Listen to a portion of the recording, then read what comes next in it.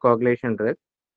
Now coming to the antiplatelet agents, thromboxane inhibitors, which we use commonly aspirin. The mechanism of action is aspirin is most commonly used antiplatelet agent. It is non-selective, irreversible coagulanase inhibitor. It irreversibly acylates with COX-1, interrupting the production of prostaglandin H2 and the production of thromboxane A2 to prevent platelet aggregation. At higher doses, COX-2 is also inhibited, promoting the anti-inflammatory effect of aspirin. Aspirin indications. Aspirin is indicated for prevent of cardiovascular events in patients with established coronary disease, peripheral arterial occlusive disease, or cerebrovascular occlusive disease. Dose is 75 to 325 milligrams daily. Non-entry coated aspirin can achieve platelet inhibition approximately 1 hour after ingestion. Entry coated aspirin may achieve platelet inhibition 3 to 4 hours after ingestion. Chewing aspirin can result in inhibition as rapidly as 20% 20 minutes after ingestion and is independent of the entry coating of the pill. The most common side effects involving the GI tract and ranges from dyspepsia to gastritis and ulcers, which may lead to bleeding and perforation. H. pylori infection may predispose to higher risk of GI bleeding.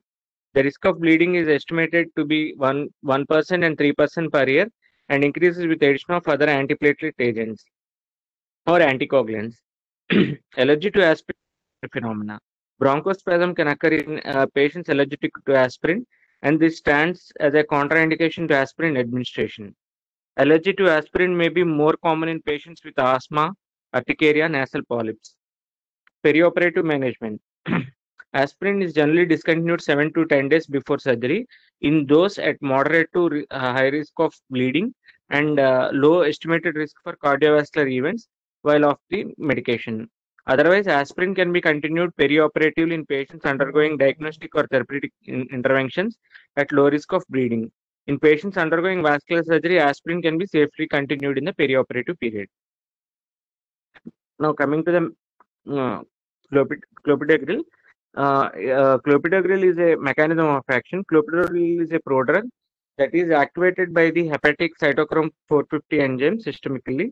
It irreversibly inhibits P2Y2, a key ADP receptor on the platelet surface. Because it requires activation, the onset to therapeutic inhibition can be variable and can be influenced by genetic polymorphism of the cytochrome 450 system. Indications. Clopidogrel is indicated for use in patients with unstable angina, non-ST elevated myocardial infarction, ST segment myocardial infarction, recent myocardial infarction, recent cerebrovascular events, or established peripheral arterial occlusive disease. Off-label uses includes adjunctive therapy after percutaneous coronary interventions. The usual dose. The usual dose of the clopidogrel is 75 milligrams. The time to platelet inhibition is dose dependent and may take to the second day of therapy to detect activity at the usual daily dose. During periods that require more rapid therapeutic levels, like coronary stenting, a bolus dose between 300 to 600 milligrams of clopidogrel may be given. This provides a more rapid effect of platelet inhibition. Side effects. Main side effects of clopidogrel is bleeding, and this can occur at any time. The incidence of severe GI hemorrhage is estimated to be 2%. Other less common side effects include pruritus and epistaxis. Perioperative management. Clopidogrel should be discontinued 7 to 10 days prior to surgery. Minimum of 5 days before elective surgery, except in patients with coronary stents who have not completed a full course of dual antiplatelet therapy. Ticlopidine. Ticlopidine is a metabolized to a active metabolite that irreversibly blocks the P2Y I2 component of ADP receptor, reducing platelet aggregation. Ticlopidine was previously approved for prevention of ischemic stroke and for patients with recent coronary interventions. However, due to incidence of severe neutropenia, aplastic anemia, and thrombocytopenic purpura associated with the drug, it is no longer available in the United States. Ticagrelor. Ticagrelor reversibly and non-competitively binds the ADP P2Y2 receptor, reducing platelet aggregation. Due to the reversible nature of the receptor binding, the level of platelet inhibition may fluctuate due to serum concentration of the drug. Indications. Ticagrelor is indicated for acute coronary syndrome to reduce the rate of cardiovascular death, myocardial infarction, and stroke. It reduces the rate of instant thrombosis in patients stunted during treatment of ACS. Off-label indications include use in patients with anstemy and allergy to or intolerance to aspirin. The dose is 180 milligrams followed by 60 to 90 milligrams twice daily. Coming to the side effects, their unique side effects are elevated serum uric acid levels and transient dyspnea. Therefore, it should be cautioned for uricemia.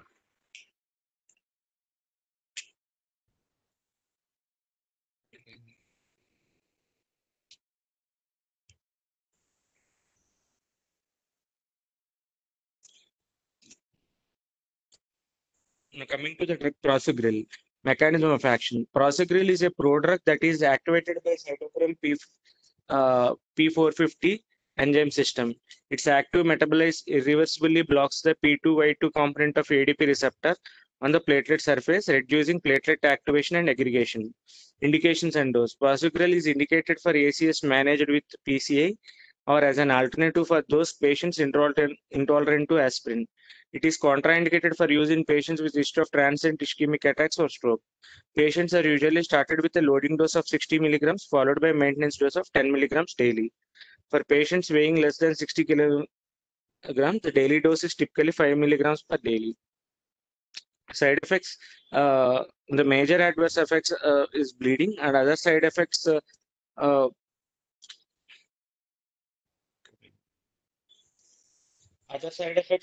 include hypertension. Uh,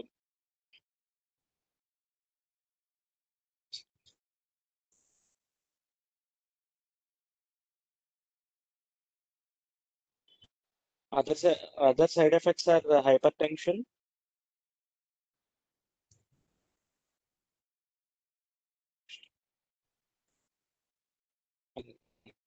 hyperlipidemia, and thrombotic TTP. Perioperative management, similar to clopidogrel and ticagrelor, prasugrel should be discontinued 7 to 10 days prior to elective surgery.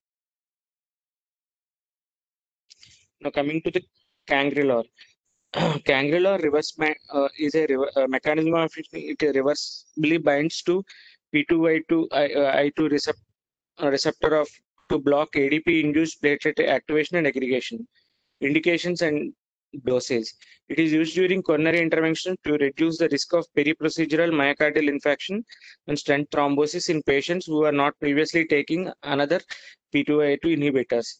The drug is administered with an intravenous 30 microgram per kg bolus prior to PCI, followed immediately by a transfusion of 4 micrograms per kg per minute, continued for at least 2 hours for the duration of the procedure. A major side effect is bleeding. Perioperative management. Cangrelor is approved for use in peri-procedure period only. After a bolus, platelet inhibition is almost immediate. The half-life of Cangrelor is 3 to 6 minutes, and platelet activity returns to normal within 60 minutes of cessation of infusion. Now coming to the glycoprotein 2B3A inhibitors, the mechanism of action is there are three intravenous GP2B3 inhibitors for clinical use like abciximab, eftabipidine, and tirofiban. Abciximab is a monoclonal antibody against the G2B3A receptor, preventing activation and thus platelet aggregation. Eftabipide and tirofiban, on the other hand, are peptide antagonists of GP2B3A receptor, which accomplish a similar effect in platelet inhibition. Now, coming to indications, abciximab is indicated for prevention of ischemic complication in patients undergoing PCA and patients with non-ST elevated MI scheduling to undergo PCA. It is administered intravenously as a loading dose of 0.25 milligram per kg given prior to starting percutaneous interventions, followed by infusion of 0.125 microgram per kg per minute. Eftabipide is indicated for patients with ACS who are to be managed medically or those undergoing PCA. It is administered intravenously with a bolus of 180 micrograms per kg, followed by continuous infusion of 2 micrograms per kg per minute. Tirofiban is indicated for patients with non-ST elevated MI to decrease the rate of adverse cardiovascular events. It is administered intravenously at a loading dose of 25 micrograms per kg, followed by continuous infusion dose of 0.15 microgram per kg per minute.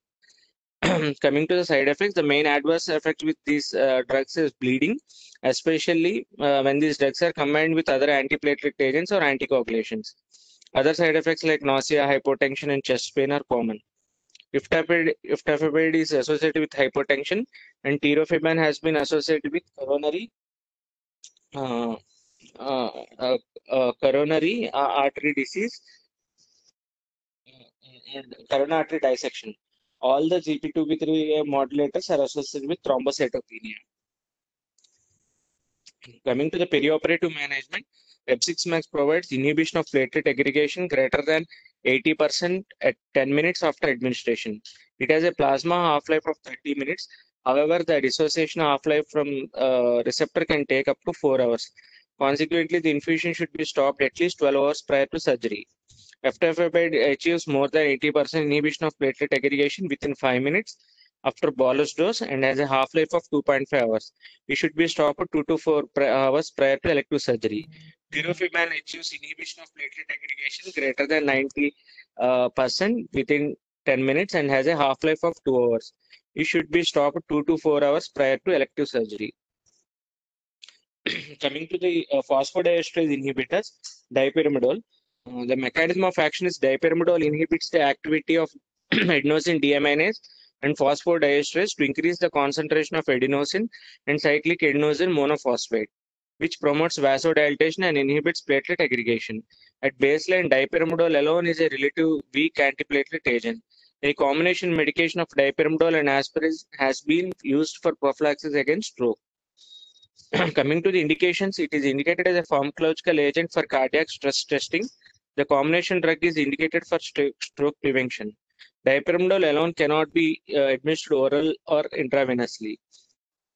Oral administration has been associated with headache most commonly, but dizziness, skin rash, GI upset, intravenous GI upset. IV administration is associated with worsening chest pain, dizziness, or headache. The vasodilator effect of dipyrimidine may adversely affect cardiac perfusion. Therefore, caution should be exercised when using this medication in patients with established coronary disease. Coming to the perioperative management, the half-life of dipyrimidine is 10 to 12 hours. Perioperative management of dipyrimidine and aspirin, dipyrimidine 200 milligrams plus aspirin 25 milligrams is dictated by the aspirin component, which produces irreversible COX-1 inhibition to reduce platelet aggregation. This may be stopped 7 to 10 days in advance of surgery if necessary. Coming to the protease activated receptor 1 inhibitor, Vorapaxar. The mechanism of action is it is a reversible antagonist of protease activated receptor PAR1 to inhibit thrombin induced and thrombin receptor agonist peptide induced platelet aggregation. It achieves 80% or greater inhibition of trap induced platelet aggregation within 1 week of starting therapy and has a half-life of 3 to 4 days. Indications: it is indicated to reduce adverse cardiovascular events in patients with history of MI or with peripheral arterial disease. The approved dose of Vorapaxar is 2.5 milligrams orally once daily in combination with aspirin or clopidogrel. Side effects: bleeding is a major side effect. Clinically significant bleeding may be seen. Vorapaxar is contraindicated in patients with history of stroke, PAA, or ICH. Other less common side effects include anemia, depression, and rash. Etopaxar is also a newer drug which blocks the PAR1 antagonist that blocks the thrombin-mediated platelet activation. It is currently in clinical trial and is not FDA approved. Now, clinical uses of antiplatelet agents in vascular diseases. The cardiovascular death, stroke, or myocardial infarction. The primary prevention of cardiovascular disease using antiplatelet agents is controversial. The most recent CHEST guidelines from 2012 recommend the use of low-dose aspirin, 75 to 100 milligram, or no aspirin in patients aged 50 years or older without symptomatic cardiovascular disease. This recommendation was based on 2009 Antithrombotic trials collaboration study demonstrating a reduction on non-fatal MI and improved total mortality with fewer deaths per thousand treated in low risk and moderate to high risk in patients taking aspirin based on a 10-year risk estimate using the Framingham's risk score. There was, however, increase in major bleeding in all groups taking aspirin compared with those not taking aspirin. In more recent meta-analysis, aspirin reduced the incidence of cardiovascular events by 10%, driven mostly by a significant reduction in non-fatal MI. Cardiovascular death was not improved with the intake of aspirin, and the incidence of bleeding was significantly higher in those patients.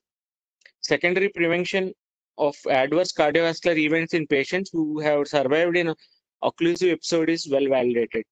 Antiplatelet therapy reduced subsequent vascular events by 25% in patients with previous MI, by 30% in patients with acute MI, and by 22% in patients with previous CVA or ischemic attacks, and by 11% in patients with acute CVA. The positive effects were independent of the aspirin dose alone.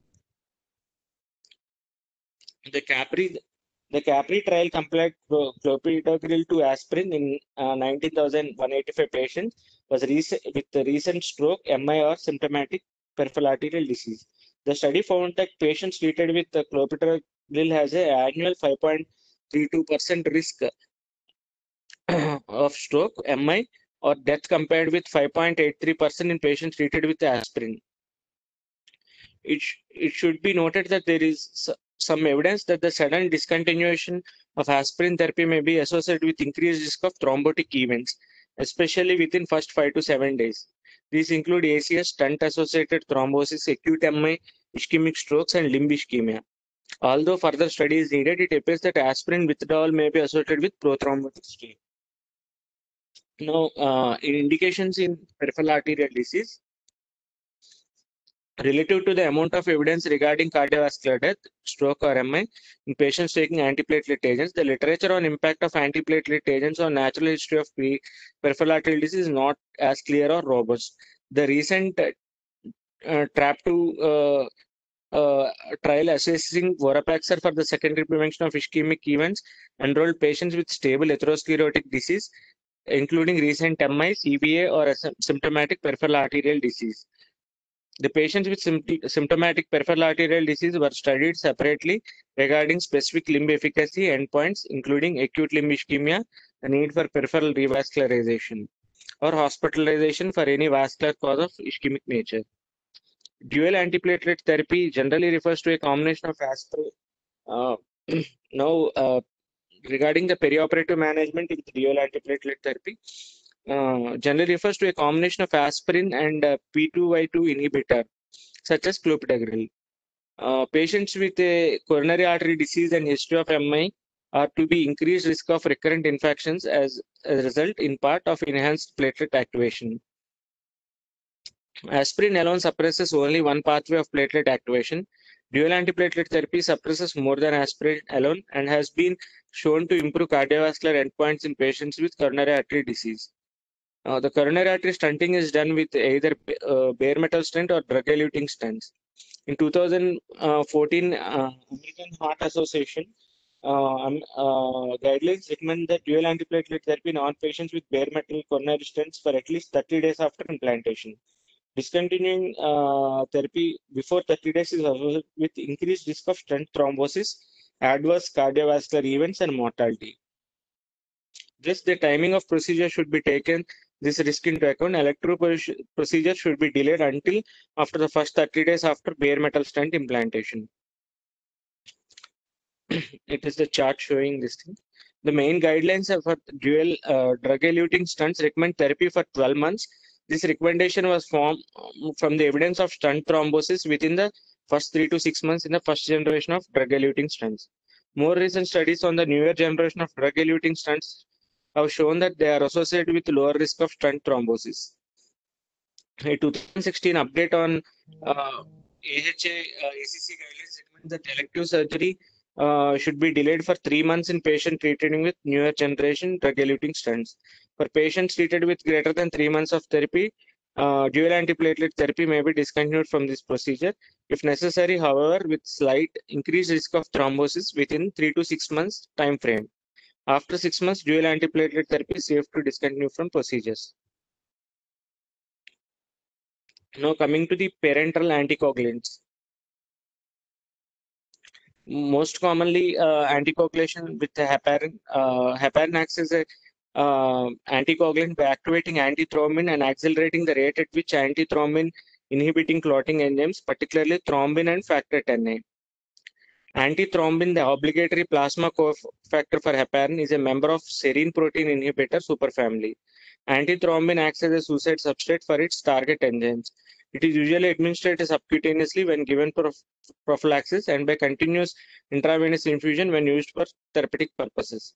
If heparin is given subcutaneously for treatment of thrombosis, the dose of heparin must be high enough to overcome the limited bioavailability associated with this method of delivery. At low doses, the half-life of heparin is short because it rapidly binds to the endothelium. With higher dose of heparin, the endothelium is saturated and the half-life is longer. Because of this phenomena, the plasma half-life of heparin ranges from 30 to 60 minutes, with bolus intravenous doses of 25 and 100 units per kg respectively. This is the mechanism of heparin.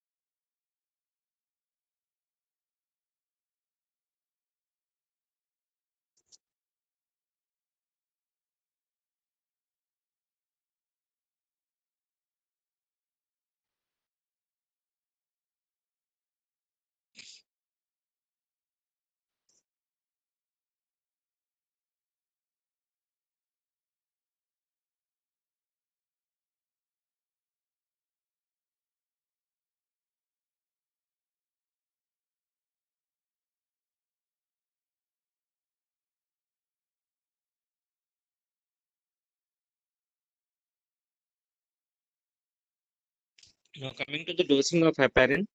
For, for prophylaxis, heparin is usually given in fixed doses of 5,000 units subcutaneously 2 or 3 times daily. Fixed dose or weight-based heparin nomograms are used to standardize heparin dosing to achieve a therapeutic anticoagulation response.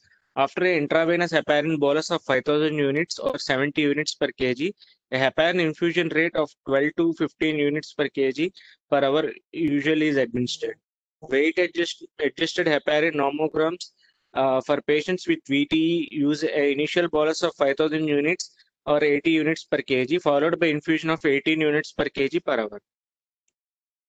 This is the chart how to monitor for monitoring of the heparin on basis of the APTT. Side effects. Coming to the side effects, we know bleeding is the most common side effect, and another side effect is thrombocytopenia. Uh, thrombocytopenia, which we discussed previously about the heparin-induced thrombocytopenia. And other side effect is osteoporosis. Heparin causes bone resorption both by decreasing bone formation and by enhancing bone resorption. Thus, heparin affects the activity of both osteoblasts and osteoclasts. Elevated transaminases. Therapeutic dose of heparin frequently causes modest elevation of the serum levels of hepatic transaminases without a concomitant increase in the level of bilirubin. Now coming to the perioperative management, when given subcutaneously for thromboprophylaxis, the last dose of heparin should be administered at least 2 hours before surgery. Stopped 2 hours before surgery. Full dose intravenous heparin should be stopped 4 to 6 hours before surgery. Low dose heparin can be restarted 12 to 24 hours after surgery. Resumption of full dose heparin should be delayed until hemostasis is secured. Low molecular weight heparin, coming to the low molecular weight heparin, consisting of smaller fragments of heparin. Low molecular weight heparin is prepared from unfractionated heparin by controlled enzymatic or chemical depolymerization. Mechanism of action, it is by anticoagulant activity by activating antithrombin mainly.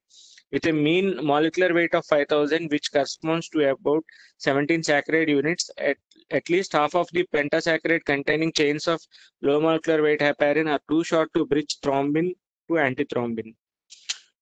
Coming to the pharmacology, low molecular weight heparin has pharmacokinetic advantage over heparin since shorter heparin chains bind pages.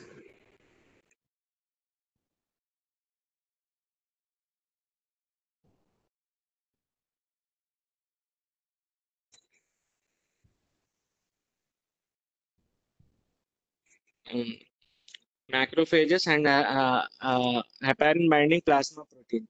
Clearance of low molecular weight heparin is dose independent and its plasma half-life is longer. Based on measurement of anti-factor 10A levels, low molecular weight heparin has a plasma half-life of about 4 to 6 hours. Low molecular weight heparin is cleared almost exclusively by the kidneys, and the drug can accumulate in patients with renal insufficiency. With a longer half-life and more predictability anticoagulant response, low molecular weight heparin can be given subcutaneously once or twice daily without coagulation monitoring. It can be monitored mainly by anti-factor 10A levels, which normal range is 0.5 to 1.5 units per ml. For therapeutic level administration of low molecular weight heparin. And for prophylactic, peak rates of anti-factor 10A levels is 0.2 to 0.5 units per ml.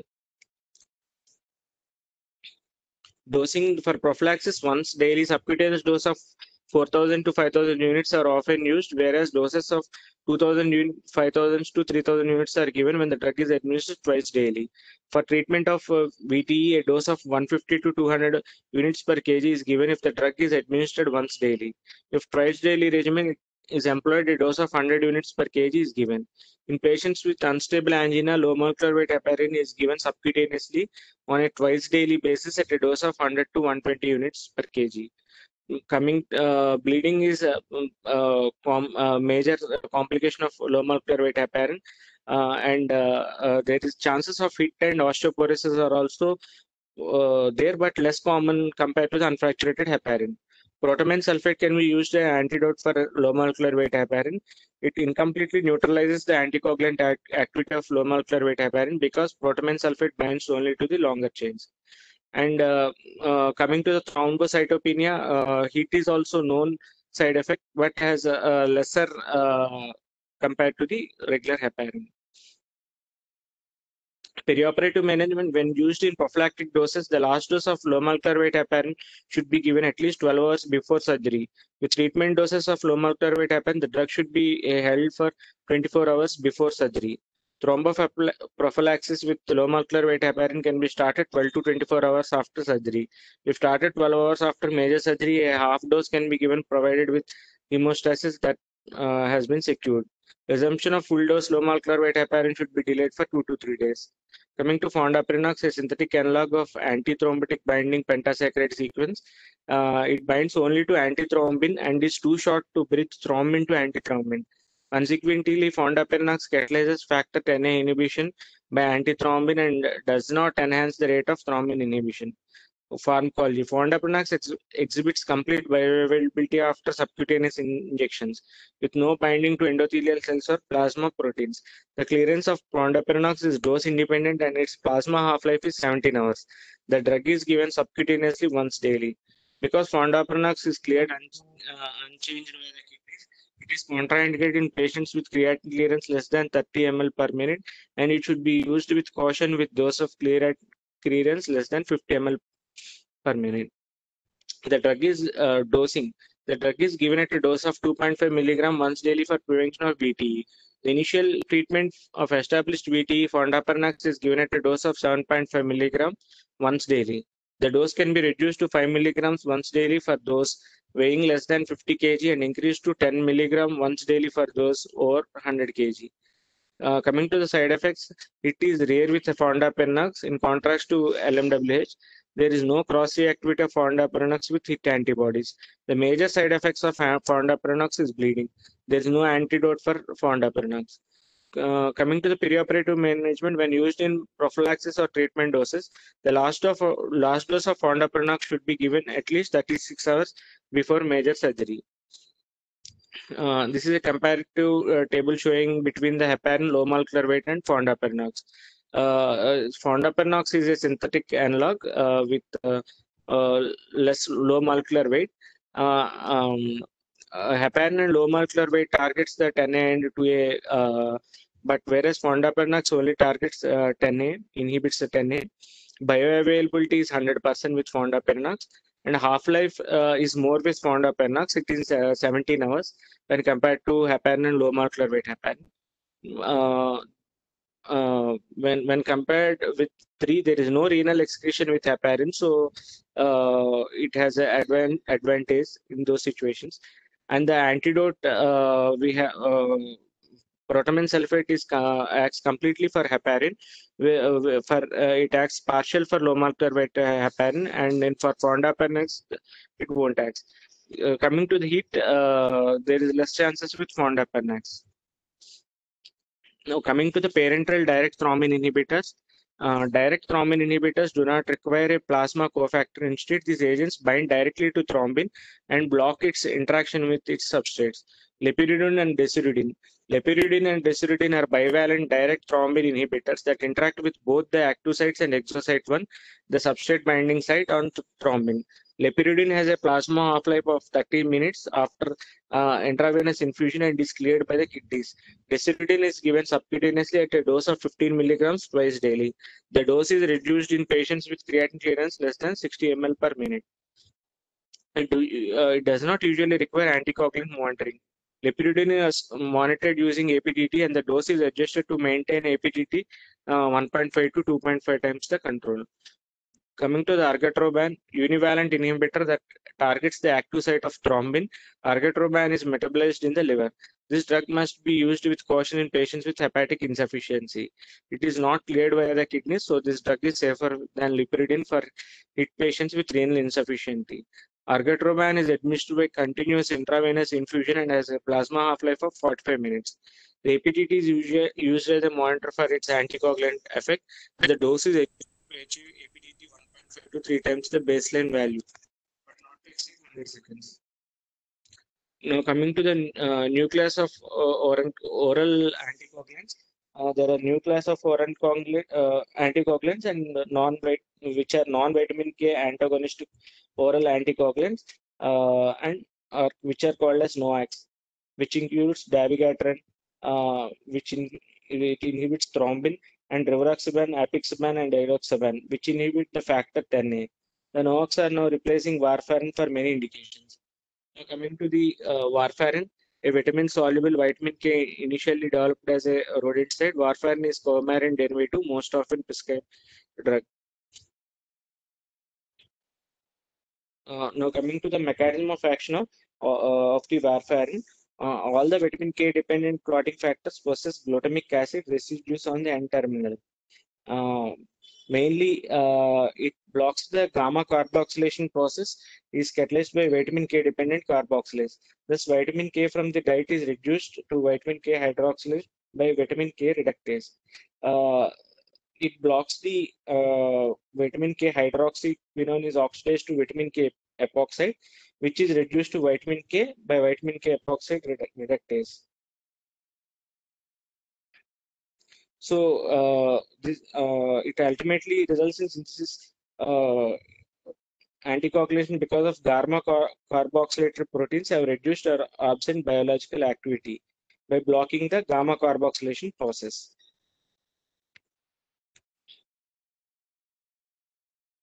Monitoring.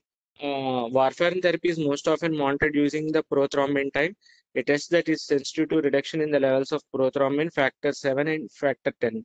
The NR was developed in a circumvent many of the problems associated with the prothrombin time.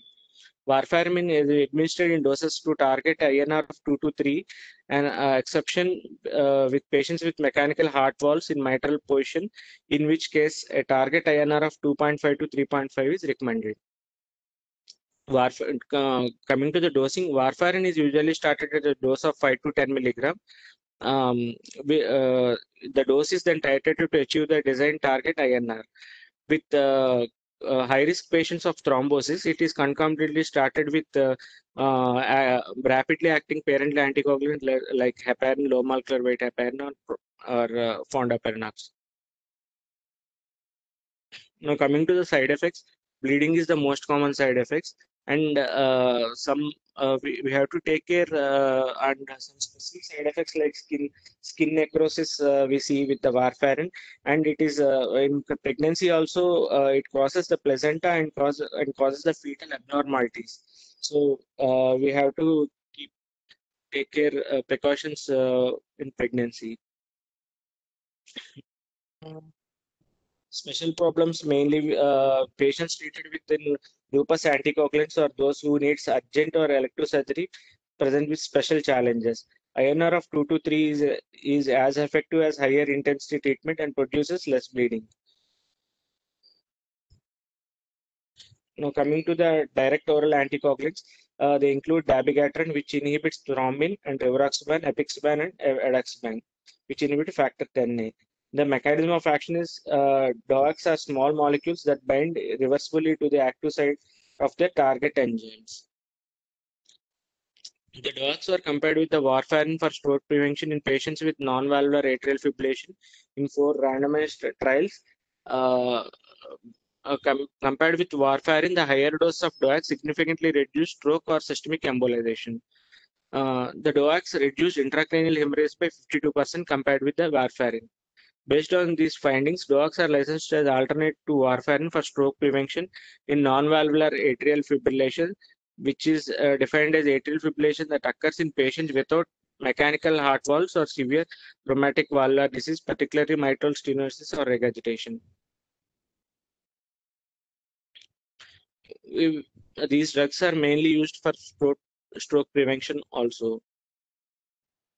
Dabigatran, now coming to the dosing for treatment in peripheral VT, dabigatran is given at a dose of 150 milligrams twice daily after a minimum of 5 days course of heparin or low molecular weight heparin. Rivaroxaban is started at a dose of 15 milligrams twice daily for 21 days, and the dose is reduced to 20 milligrams once daily thereafter. Apixaban is started at a dose of 10 milligrams twice daily for 7 days, and the dose is then reduced to 5 milligrams twice daily for the following 6 months, and then the dose can be further reduced to 2.5 milligrams twice daily. Edaxaban is given at a dose of 60 milligrams once daily after a minimum of 5 days course of heparin or low molecular weight heparin, with the dose reduced to 30 milligrams once daily for patients with a creatinine clearance of 15 to 50 milliliters per minute, body weight of 60 kg or less, or receiving potent P glycoprotein inhibitors. For thromboprophylaxis, after elective hip or knee replacement surgery, rivaroxaban is given at a dose of 10 milligrams once daily, whereas apixaban is given at a dose of 2.5 milligrams twice daily. The drugs are usually given for 14 days after knee arthroplasty or for 35 days after hip arthroplasty. Monitoring, although DOACs are designed to be administered without routine monitoring, there are situations where the monitoring they are required for the monitoring. For a qualitative assessment of anticoagulant activity, the prothrombin time can be used for factor 10 inhibitors, and APTT for dabigatran can be used. Rivaroxaban and edaxaban prolong the prothrombin time more than apixaban. Coming to the side effects, um, uh, as with all anticoagulants, bleeding is the most common side effect. The increased risk of intracranial bleeding with warfarin likely reflects the reduction in functional levels of factor 7, which precludes efficient thrombin generation at sites of microvascular bleeding in the brain. Dyspepsia occurs in 10% of the patients treated with dabigatran. This problem improves with time and can be minimized by administering the drug with food. Dyspepsia is rare with rivaroxaban, apixaban, and edoxaban. Periprocedural management. Like warfarin, the dogs must be stopped before procedures. The drug should be held for 1 or 2 days, or if renal function is impaired for longer, then it should be withheld longer. Assessment of residual anticoagulant activity before procedure associated with high bleeding risk is prudent. Management, coming to the management of the bleeding, the management of bleeding with dogs is dependent upon severity of bleeding. Coagulation testing will determine the extent of anticoagulation, and renal function should be assessed so that the half-life of the drug should be calculated. Timing of last dose of anticoagulation is important. Administration of oral activated charcoal may help to prevent absorption of the drug administered in the preceding 2 to 4 hours. Thank you, sir.